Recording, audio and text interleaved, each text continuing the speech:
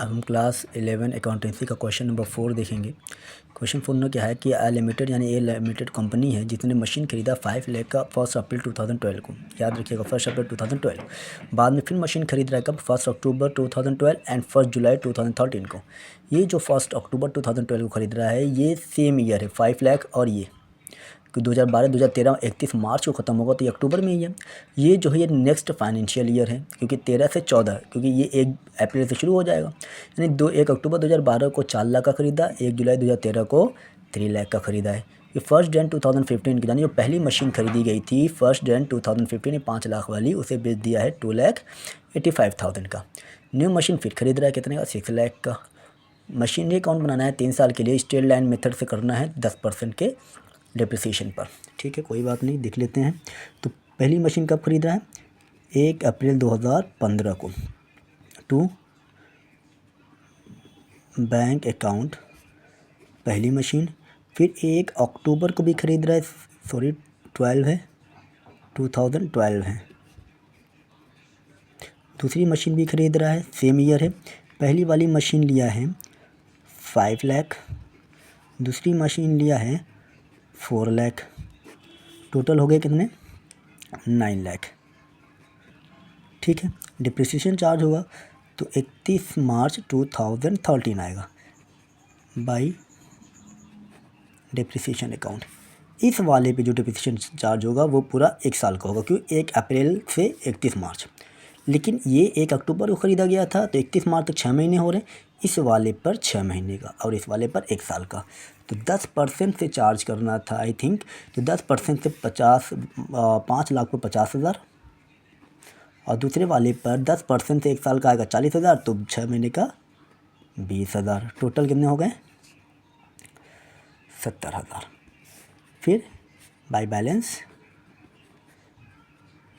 CD 1 2 5 lakh में से 50,000 निकलेगा तो कितना बचेगा 4,50,000 और इसमें से कितना बचेगा 3,80,000।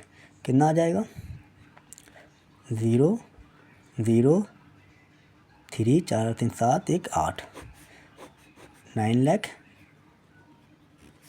ये भी हो जाएगा 9 लाख। मैंने बताया ना दोनों इक्वल आने चाहिए। अब उसी अमाउंट को जो 31 मार्च 2013 है तो 1 अप्रैल 2013 टू बैलेंस BD 1 2 4.5 लाख 3,80,000 कितना आएगा 8,30,000। क्वेश्चन में क्या था कि 2013 में फिर एक मशीन खरीद रहा है 2013 यानी 1 जुलाई को, ये याद रखिएगा 1 जुलाई को। तो टू बैंक अकाउंट यानी तीसरी मशीन आ गई। तीसरी मशीन कितने का लिया था वो 3 लाख का लिया था। ठीक 3 लाख का लिया था। अब डिप्रिसिएशन जब चार्ज करेंगे तो 31/3/14 आ जाएगा। इस वाले तो आप पूरा देखिए अप्रैल से लेके मार्च इन दोनों पे देखो साल का ओरिजिनल कॉस्ट पे लगता है। बार बार मैंने बता रहा हूँ मैं ओरिजिनल कॉस्ट पे लगता है कि स्ट्रेट लाइन मेथड है। 1 2 3 इस पे 50,000 आएगा 1 साल का। ये ओरिजिनल कॉस्ट 4 लाख है तो 1 साल का 40,000। अब इस पे 9 मंथ का लगेगा 3 लाख है। 3 लाख पे 10% हम निकालेंगे 30,000 आएगा। ठीक है 30,000 आएगा। 6 महीने का कितना आएगा 15,000। तो 7 में 3 महीने का कितना आएगा 7,500। तो 22,500 आएगा 9 मंथ का। प्लस करके लिख दें हम लोग 2 5 4 9 2 11। टोटल डिप्रिसिएशन आया 1,12,500 बाई बैलेंस CD 4.5 लाख में से 50,000 माइनस होगा तो कितना बचेगा अब ये बचेगा 4 लाख। इसमें से 40,000 माइनस होगा तो कितना बचेगा 3,40,000। 3 लाख में से अब 22,500 माइनस करना है तो 20,000 माइनस करेंगे तो 2,80,000 और 2,000 और माइनस करेंगे तो 77,500। 2,77,500 सबको हम प्लस करेंगे 7 1 4 3 7 2 9 1 + 10 ऐड करके देख लेते हैं क्योंकि मैंने बताया दोनों सेम आना चाहिए। 7 to 9 10 कैरी 1 1 1 2 3 1 1। ये देख लेते हैं कितना हो रहा है, 11,30,000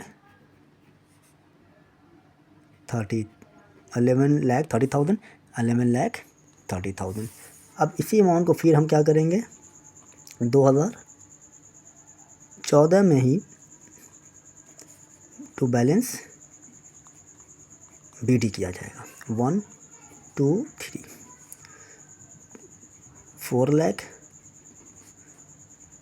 3,40,000 2,77,500। टोटल आया कितना था, 10,17,500। अब मशीन बेचा कब था, इसको आपको याद होना चाहिए। मशीन आपको बेचा था 2015 में बेचा था 1 जैन को, यानी यही ईयर है। 1 अप्रैल 31 मार्च 2015 में ख़त्म होगा, तो 31 मार्च से पहले 1 जैन 15 में बेचा था। बाई बैंक अकाउंट कितने का सेल किया था आपका, 2,85,000 का सेल किया। अच्छा, कब बेच रहा है, अप्रैल में था 4 लाख, बेच कब रहा है, 9 महीने बाद। तो जाहिर सी बात है 9 महीने का डिप्रिसिएशन तो 5 लाख में निकलेगा। ठीक, तो हम वर्किंग नोट देख लेते हैं। वर्किंग नोट अगर हम देखेंगे तो देख लेते हैं वर्किंग नोट।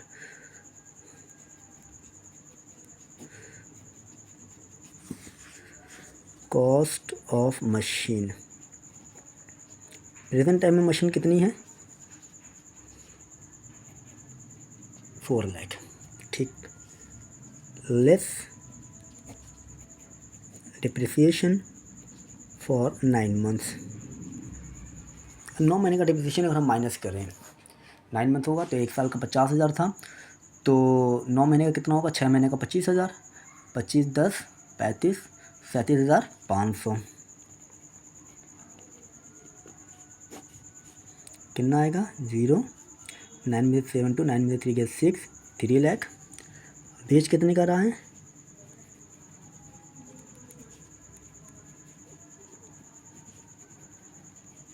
बेचा है 2,85,000।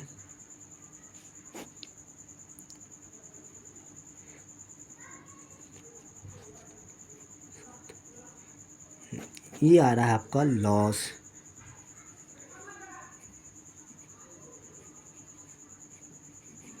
फोर लाख थे कब, 1 अप्रैल 2014 को, 9 महीने बाद बेच रहा है, तो 9 महीने का डिप्रिसिएशन हम लोगों ने निकाला तो 37,500 आया।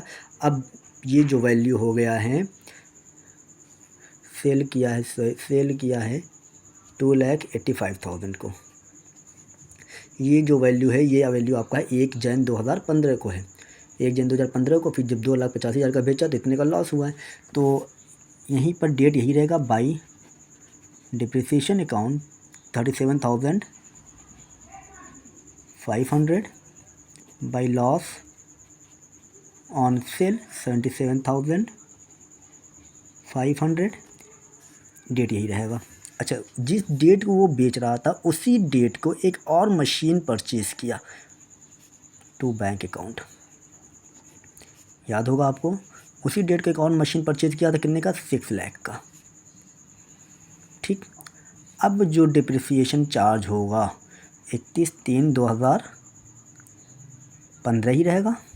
ये मशीन तो ख़त्म हो गई, अब इस पर चार्ज होगा, इस पर चार्ज होगा और इस पर चार्ज होगा।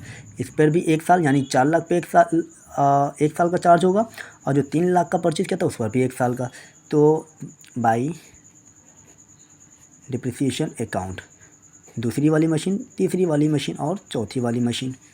मेरे पास जगह कम इसलिए हम थोड़ा छोटा छोटा लिख रहे हैं आपको। तो इस पे आएगा 40,000, इस वाले पे आएगा 30,000, और ये 6 लाख पे 3 महीने का निकलेगा। क्यों, क्योंकि हमने 1 जनवरी को परचेज़ किया तो 31 मार्च, जैन फेब मार्च, तो 3 महीने का आना चाहिए। 3 महीने का आपका आ जाएगा 15,000।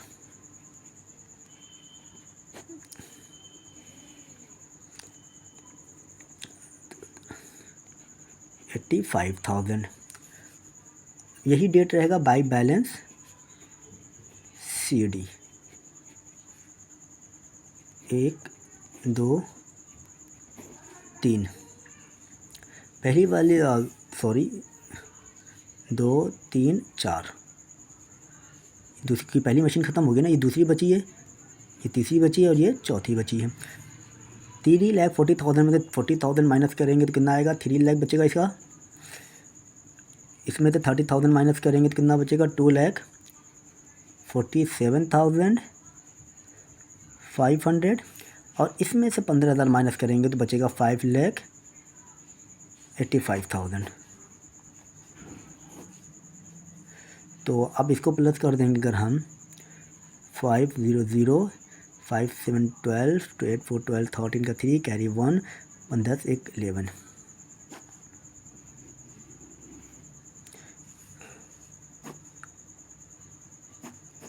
इनको हम टोटल करेंगे तो आएगा 16,17,500। ये भी आएगा 16,17,500। आपका जो मशीन बच रहा है वो आपका बच रहा है 11,32,500। यानी जो 3 मशीन बची है उन तीनों मशीन को मिला दिया जाए तो उसकी अमाउंट अब प्रेजेंट टाइम में कितनी होगी, तीनों की 11,32,500। टोटल कितना आ गया 11 मेरा थोड़ा सा एक लाइन आगे पीछे हुआ है, 16,17,500 16,17,500।